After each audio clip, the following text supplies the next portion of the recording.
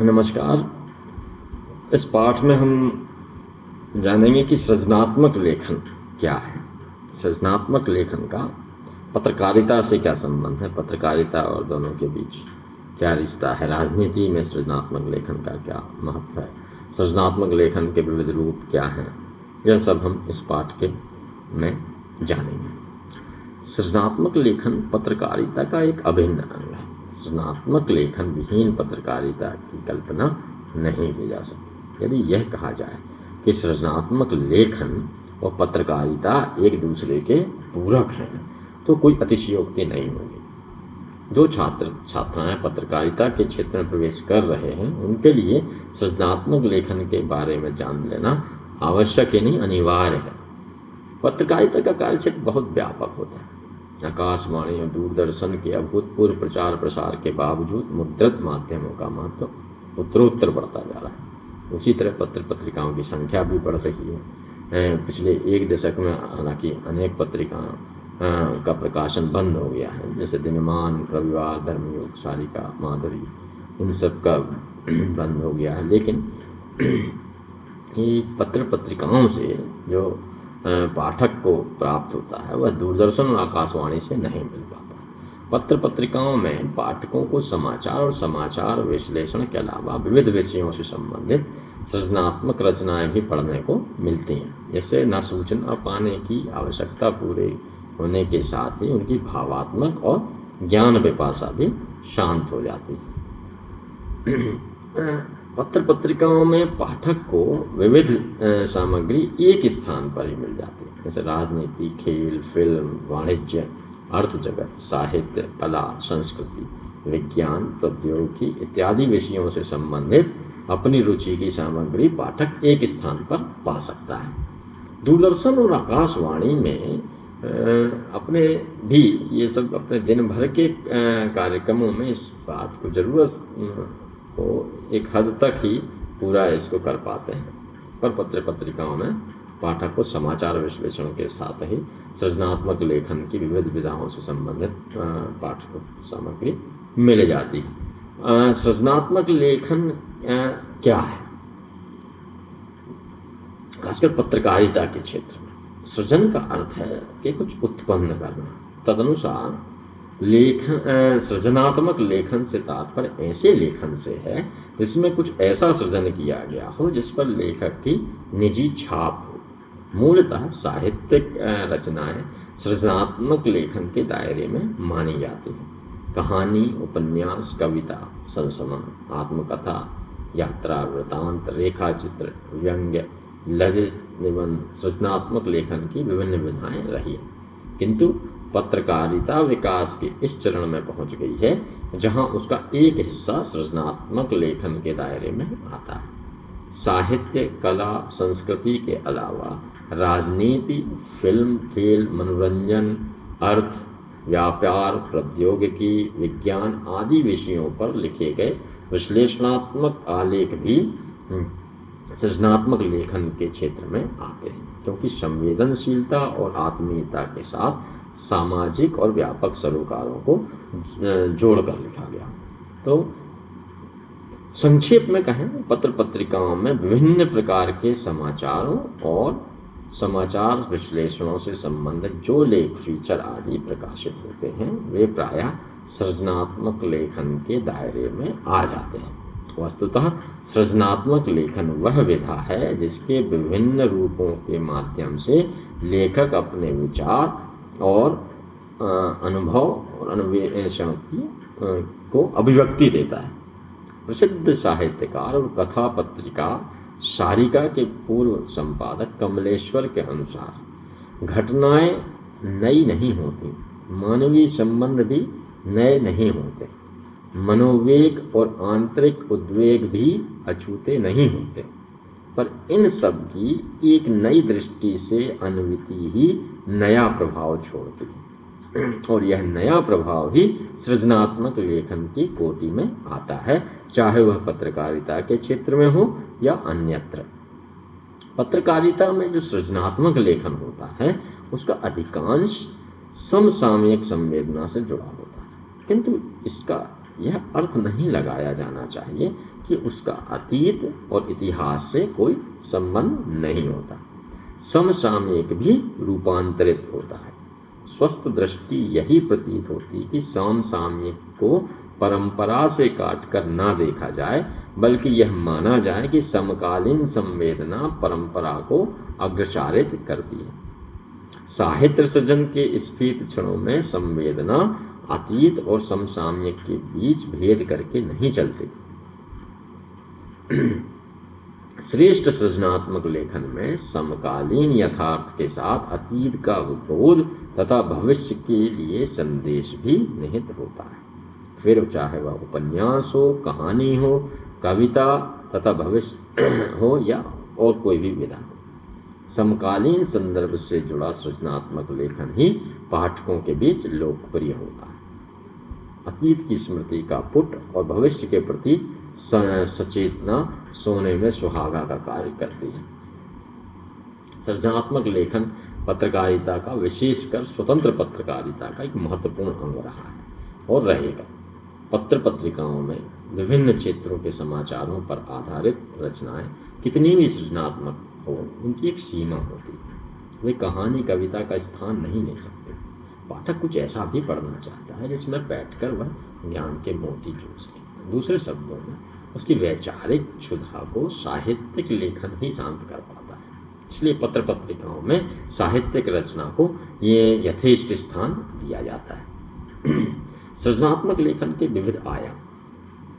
सृजनात्मक लेखन का क्षेत्र बहुत व्यापक हो गया। अब वह साहित्यिक लेखन तक सीमित न रहकर ज्ञान विज्ञान के सभी क्षेत्रों में विस्तार पा गया। अन्वेषणात्मक पत्रकारिता, आर्थिक पत्रकारिता, विज्ञान पत्रकारिता, संदर्भ पत्रकारिता जैसे विभिन्न क्षेत्र भी सृजनात्मक लेखन के विकासशील दायरे में आ गए।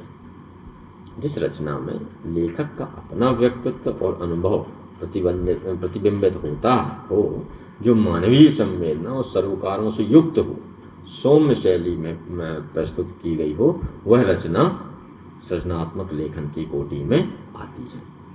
साहित्यिक लेखन के द्वारा लेखक समाज को ऐसा बहुत कुछ दे सकता है जो संभवतः पत्रकार नहीं दे सकता, और थोड़ा लिखकर भी साहित्य जगत में अमर हो सकता है।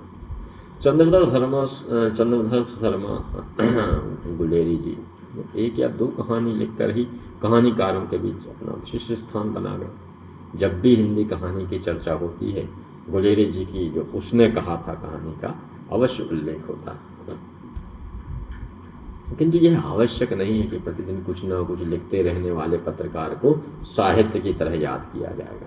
जो पत्रकार याद किए भी जाते हैं, उनमें से अधिकतर पत्रकार होने के साथ साथ साहित्यिक सर्जक भी होते हैं। अपने जीवन काल में अपनी अलग पहचान बना लेने वाले पत्रकार भी बहुधा कालांतर में विस्मृति के गर्भ में समा जाते हैं।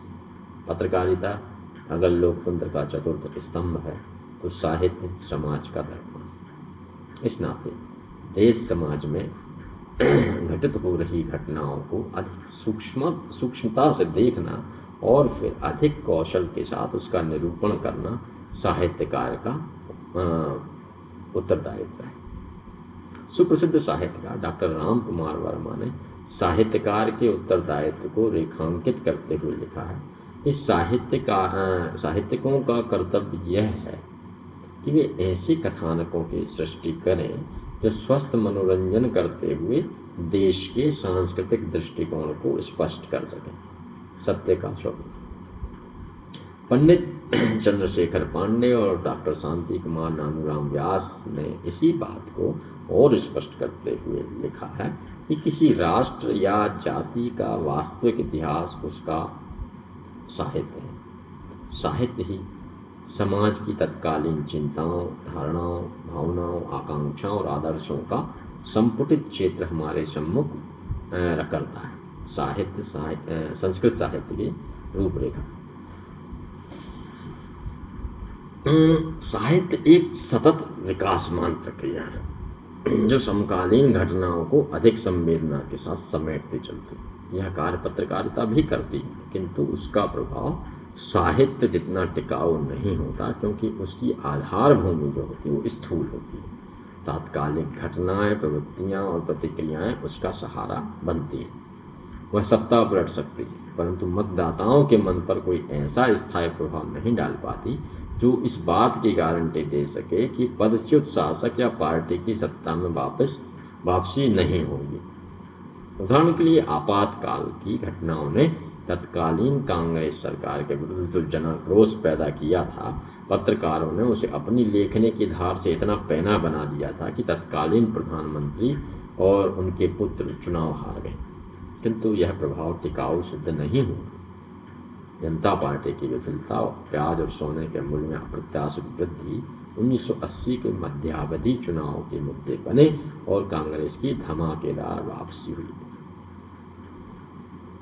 77 से 80 के बीच पत्रकारों ने क्या क्या लिखा, उसे जानने के लिए आप किसी समाचार पत्र के संदर्भ में विभाग में बैठकर शोध कार्य कर सकते हैं, किंतु साहित्यिक लेखन के रूप में आपातकाल और उससे जुड़ी घटनाओं के बारे में जो कुछ भी लिखा गया वह हमारे साहित्य में सदैव सुरक्षित रहेगा। पत्रकारिता जैसा तात्कालिक प्रभाव भले ही न डाल पाया हो, किंतु उसका महत्व चिरस्थायी बना रहेगा। संक्षेप में यह कहा जा सकता है कि पत्रकारिता में समकालीन घटनाओं के साथ उतार चढ़ाव आता रहता है, जबकि सृजनात्मक लेखन हमारे अंतर्मन में बैठकर एक टिकाऊ प्रभाव स्रोत छोड़ जाता है। स्वर्गीय शरद जोशी, हरिशंकर परसाई आदि के राजनीतिक व्यंग्यों का महत्व और पैनापन कभी धूमिल नहीं पड़ता। सृजनात्मक लेखन और राजनीति। सृजनात्मक लेखन और राजनीति में काफी घनिष्ठ संबंध है। समकालीन घटनाएं सृजनात्मक लेखन को प्रभावित करती हैं। राजनीतिक घटना चक्र का भी सृजनात्मक लेखन पर व्यापक प्रभाव पड़ता है। आज राजनीति व्यक्ति के जीवन का अभिन्न अंग बन गई है। व्यक्ति उससे सीधे भले न जुड़ा हो, किंतु उसके दैनंदिन जीवन में राजनीति का दखल स्पष्ट देखा जा सकता है। राजनीति किसी भी देश के समाज, संस्कृति, अर्थव्यवस्था, खेल, मनोरंजन आदि के क्षेत्र में गहराई से प्रभावित करती है।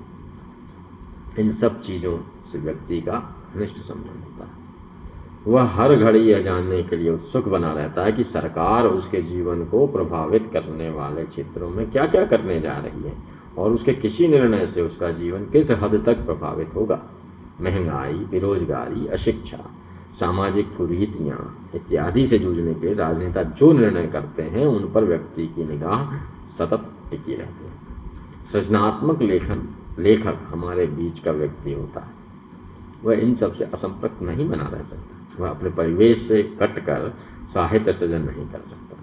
साहित्यकार की कृतियों में उसके परिवेश की स्पष्ट छाप होती है, किंतु घटनाओं को देखने परखने उसकी अपनी दृष्टि होती है और उनको अभिव्यक्ति देने का भी उसका अपना अंदाज होता है।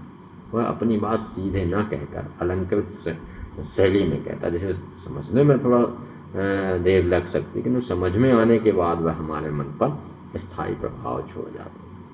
राजनीति व्यक्ति के जीवन में इस हद तक रच बस गई है, वह चाहकर भी उस स्वयं को उससे अलग नहीं कर पाता। आज जीवन व्यक्ति के जीवन का हर अंग का राजनीतिकरण हो गया, तो इसमें कोई आश्चर्य की बात नहीं है कि राजनीति का सृजनात्मक लेखन पर भी व्यापक प्रभाव पड़ता है। मुंशी प्रेमचंद के अनेक उपन्यासों पर महात्मा गांधी द्वारा प्रेरित आंदोलनों की परछाई साफ नजर आती है। सेवा सदन, सूरदास, गोदान आदि उपन्यास इसके ज्वलंत प्रमाण हैं। बंकिम चंद्र का आनंद मठ इसी श्रेणी में आता है, जिसने क्रांतिकारियों और स्वाधीन भारत को वंदे मातरम जैसा राष्ट्रगीत दिया। क्या उपन्यास, क्या कहानी, क्या कविता, क्या संस्मरण, क्या निबंध, साहित्य की सभी विधाओं पर राजनीति का प्रभाव देखा जा सकता है। कहीं कम हो सकता है, कहीं अधिक हो सकता है। गांव की पंचायत से लेकर संसद तक की राजनीति सृजनात्मक लेखन पर छाई रहती है। आपातकाल से पहले संसद में टिप्पणी करते हुए कवि रमेश कौशिक ने लिखा था कि संसद एक दलदल है जहां बैठा हर मेढक कमल है। संसद के यथार्थ को अभिव्यक्ति देने वाली कवि कौशिक की यह टिप्पणी कितनी तीखी थी कि तत्कालीन शासक तिलमिला उठे और उन्होंने सरकारी अधिकारी कौशिक के खिलाफ विभागीय कार्रवाई किए जाने का आदेश दे दिया। किंतु क्या आज भी संसद का यही यथार्थ नहीं है? अरस्तु के अनुसार मनुष्य एक राजनीतिक प्राणी है और हम जिस युग में रह रहे हैं वह राजनीति का ही युग है। हमारी रोजमर्रा की जिंदगी में राजनीति के दखल का अनुमान इस सर्वविध तथ्य से लगाया जा सकता है कि आज राजनीति की पैठ विज्ञान, साहित्य, धर्म, व्यापार, उद्योग, अर्थव्यवस्था, सामाजिक सांस्कृतिक परिवेश इत्यादि सभी क्षेत्रों में हो गई। सच तो यह है कि सृजनात्मक लेखन में राजनीतिक चेतना का समाहार एक अपरिहार्य स्थिति बन गई।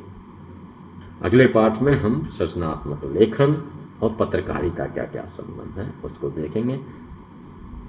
तब तक के लिए नमस्कार।